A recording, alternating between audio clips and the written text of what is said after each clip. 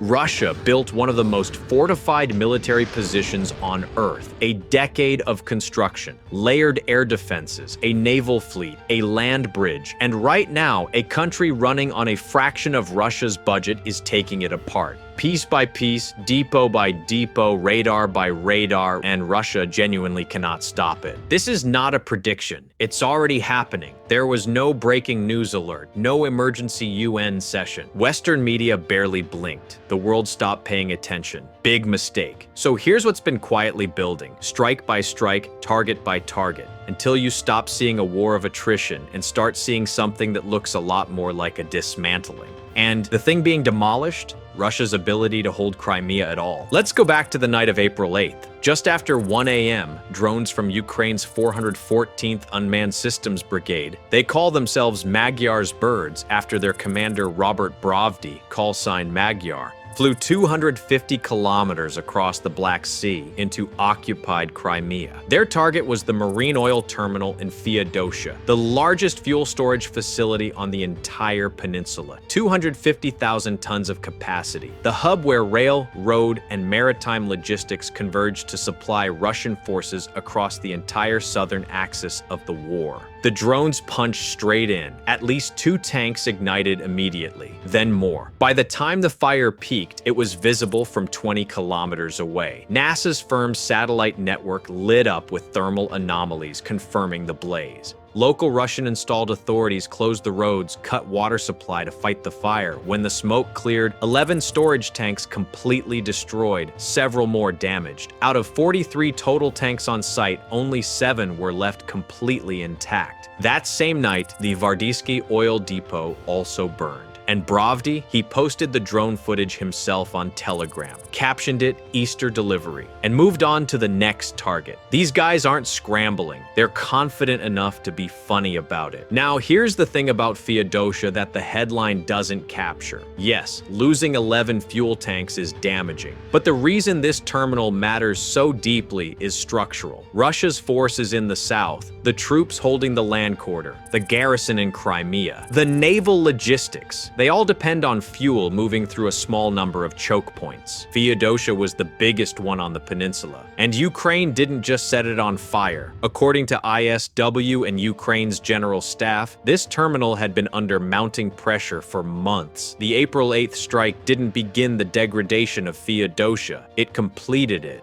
Here's what people miss when they focus on individual strikes. The calendar of what Ukraine has been doing to Crimea since late March is the story, not any single explosion. March 5th, ISW reports Ukraine struck an S-400 air defense system at Orlivka. Drone control points hit at Chornomorsky, and separately a strike on the Yevpatoria aviation plant, hangars used to store and maintain Russian drones, confirmed damaged. March 19th, ISW again. Long-range strikes against Russian military assets in Crimea, active, ongoing. March 27th, strikes on Russian defense and oil infrastructure, campaign confirmed, active. April 1st, something that doesn't get framed as a Ukrainian win but is deeply telling. Russia began deploying mobilized personnel from Crimea to the front lines. Think about that. The garrison that was supposed to be defending the peninsula is being bled out to plug holes elsewhere in the war. Crimea's military population is being drawn down.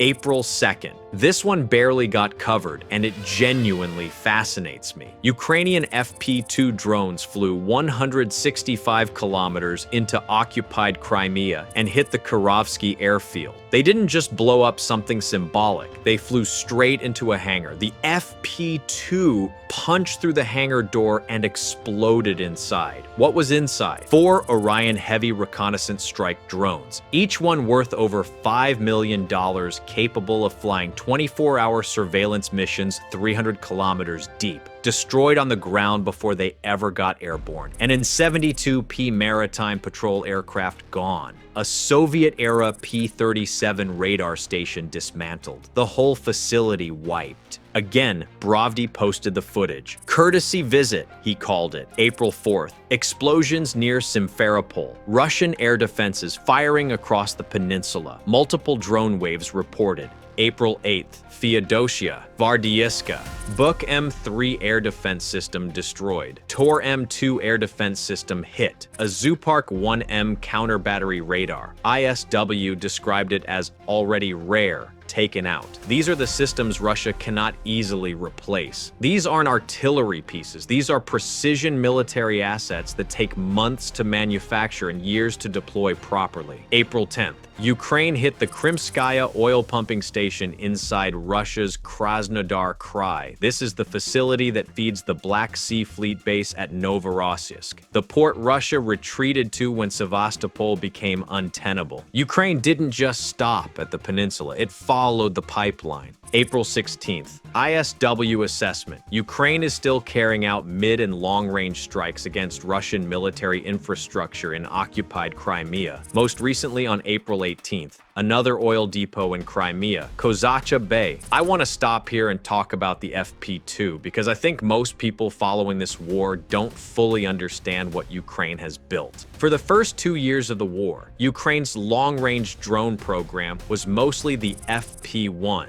A 250-kilogram drone built for distance. It could fly 1,400 kilometers deep into Russian territory, hitting refineries, oil depots, and strategic infrastructure. The trade-off was its warhead, only 60 kilograms of explosive. Impressive range, but limited punch. The FP2 flips that calculation. Shorter range, around 200 kilometers, but it devotes most of its payload to a 100-kilogram warhead. The FP1 scratches, the FP2 breaks things. And for Crimea, which sits roughly 150 to 250 kilometers from Ukrainian-controlled territory depending on the approach, the FP2 is essentially purpose-built. The entire peninsula is inside its kill radius. But here's what changed recently. And this is the part that actually keeps Russian commanders up at night. Ukraine has recently deployed AI-enabled drones immune to electronic jamming, harder to detect on radar, longer effective range even under heavy electronic warfare interference. This matters because for most of the war, Russia's primary defense against Ukrainian drones wasn't missiles. It was jamming. GPS spoofing, signal disruption, cut the drone's connection to its operator, and it flies blind. The new Ukrainian systems navigate autonomously. Jam them all you want. They've already memorized the route. Former CIA Director David Petraeus said Ukraine will soon have what he called the most important military-industrial complex in the free world. Petraeus has been watching militaries build things and break things for 40 years. He doesn't say most important lightly, and he's saying Ukraine, a country fighting for its survival with a fraction of Russia's budget, is building the future of warfare in real time. New drone models go from prototype to mass production in 4 to 5 months. Tactical curricula are updated every 2 weeks based on frontline lessons. ISW put it more clinically. Ukraine's drone innovations have shifted the battlefield advantage in Ukraine's favor. Russia, meanwhile, is doing the opposite of innovating. The Kremlin has locked in on mass production of a small number of drone models, and its senior military commanders are reportedly resistant to adopting new systems. Russia's air defense network over Crimea was supposed to be one of the most formidable in the world. When Russia annexed the peninsula in 2014, it spent years building overlapping layers of S-400 systems, Buk batteries, Panzer units, radar stations. The idea was that Crimea would be a fortress, too defended to attack from the air, too valuable to give up.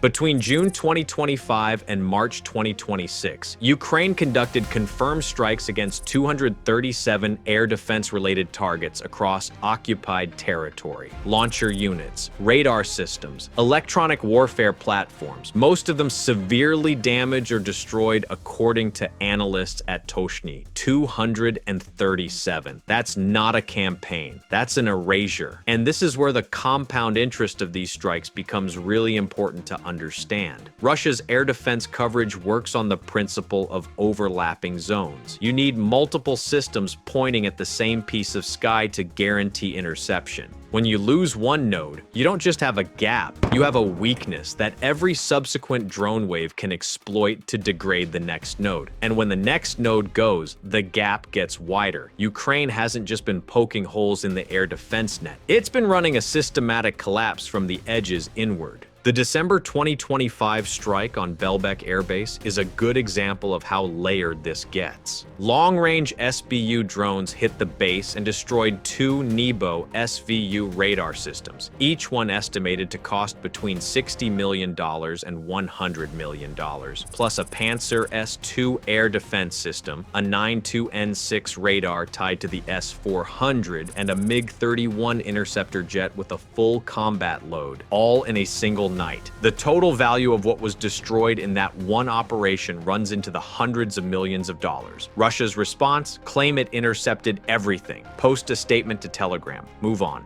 But here's what they're not able to hide. Those systems aren't being replaced. The production lines for these platforms are under strain. And critically, Russia isn't willing to strip the air defense ring around Moscow to reinforce Crimea. A year ago, striking 237 air defense nodes on a fortified Russian peninsula would have sounded like fantasy. Now it's just the Tuesday report, because Putin reportedly has 27 air defense towers protecting his private residence at Valdai. 27 air defense systems guarding one man's house, while the garrison in Crimea watches its protective shield get dismantled piece by piece. This is not a military making rational resource allocation decisions. This is a military organized around protecting one person at the top. And Crimea is paying for it. None of what's happening in Crimea exists in isolation. Here's something nobody talks about. You can move a tank, you can disperse troops, you can retreat a fleet, but Primorsk is where it is. Novorossiysk will always be on the Black Sea coast. You cannot relocate a port, and Ukraine figured that out. Since late January 2026, Ukraine's long-range drone campaign against Russian oil export infrastructure has escalated into something that Reuters is now calling the most severe oil supply disruption in modern Russian history.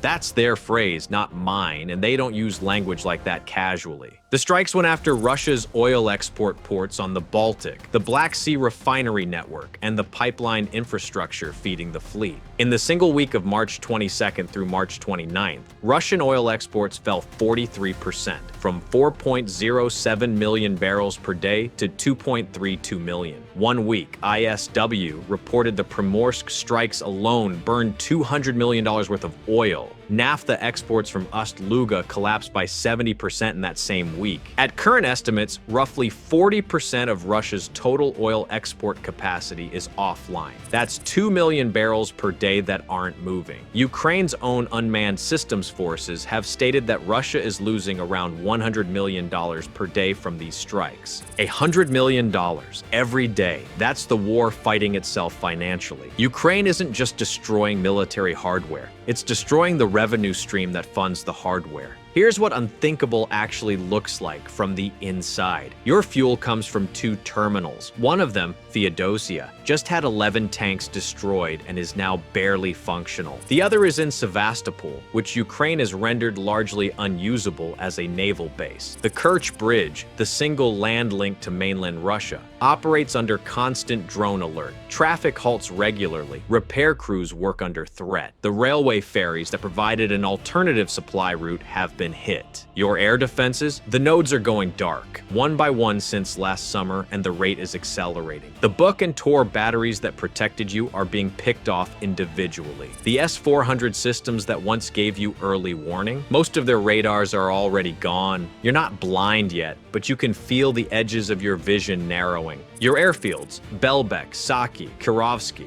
have been struck repeatedly. The Orion drones you relied on for deep reconnaissance over the Black Sea, 4 of them just burned in a hangar. Your fighter jets are increasingly grounded or retreated to safer airfields further from the peninsula. The Black Sea Fleet, once the pride of Russia's southern military power operating freely from Sevastopol, was driven out. It retreated to Novorossiysk, and Ukraine followed it there too, hitting the port infrastructure it retreated to. You're sending your mobilized garrison troops to the front lines because the front lines need them more than Crimea does. And every morning you wake up not knowing which target is next. The fuel depot, the radar site, the airstrip, the ammunition storage? Because Ukraine's partisan network, ATESH, has agents on the ground in occupied Crimea doing reconnaissance right now, and they're feeding targeting data to drone operators who can reach any point on the peninsula within hours. That's not a military position anymore. That's a slow siege. I want to be straight with you here, because this channel doesn't do propaganda. Ukraine is not winning this war cleanly. Russia still controls significant Ukrainian territory. The front lines are grinding. Ukrainian cities are still being hit by massive drone and missile attacks. Just this week, 380,000 people in Chernihiv Oblast lost electricity from a Russian strike.